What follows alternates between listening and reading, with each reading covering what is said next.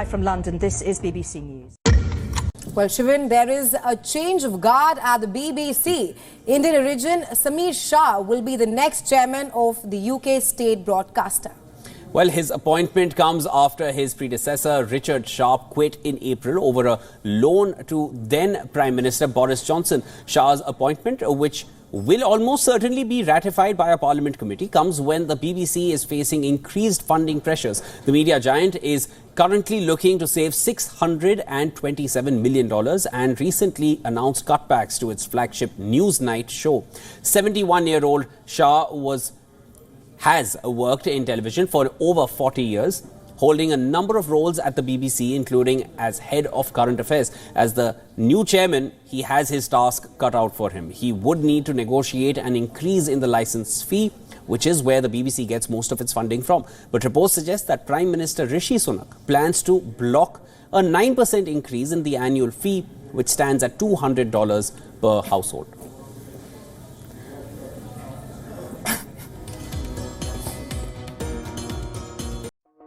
My name is Ishraq Fazal, and I have an Indian passport. My whole family celebrated when I got a US visa. It was like, wow, you did it. And I was like, I haven't even gotten my degree yet. I don't choose a place and procure the visa, rather I choose a place where procuring the visa is easy. So it's always very difficult for an Indian, to see the passport index because it's very unflattering for a country that is a nuclear armed state and, the largest, most populous country in the world, one of the biggest economies and so on. We were border crossing from Colombia to Panama, and at the border, my American colleagues just waltzed through with their passports. And then they caught me and stopped me and then went on their radio to say, oh, there's an Indian, we don't know what to do with her. It's frustrating to a point. You would see somebody that it does not even cross their mind sometimes that they need to procure a visa in order to go somewhere.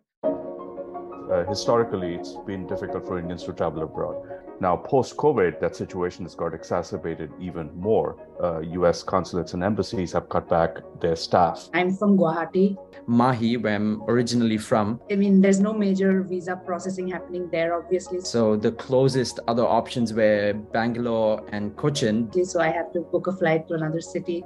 There is a problem in terms of just processing the paperwork and processing the interviews and all of that. I think this is completely a failure of foreign policy, honestly. It's not this government or the previous government. I think it's an institutional problem. For a country as big as India, as potentially economically important as India, the number of diplomats we've got in India across embassies around the world is extremely small. So it's only as big as Singaporean Foreign Service.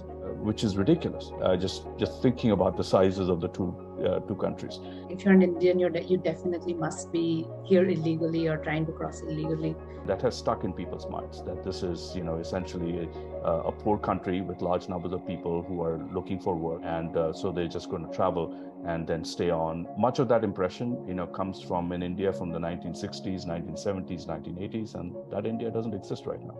I think my first reaction to the fact that student visa appointments are being paused was very numbing. After 3 years of struggle, I managed to get an offer letter along with financial aid, which contributed to almost 30% of my tuition fees within Colombia. But unfortunately, due to the ongoing circumstances with the visa, the hope seems to be dying for it. The halt on the visa appointments for now, it has been the only thing that is a deterrent to my admission at Columbia.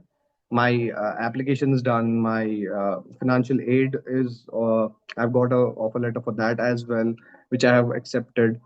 Additionally, the bigger toll that it has taken, that I've resigned from my job where I was earlier working.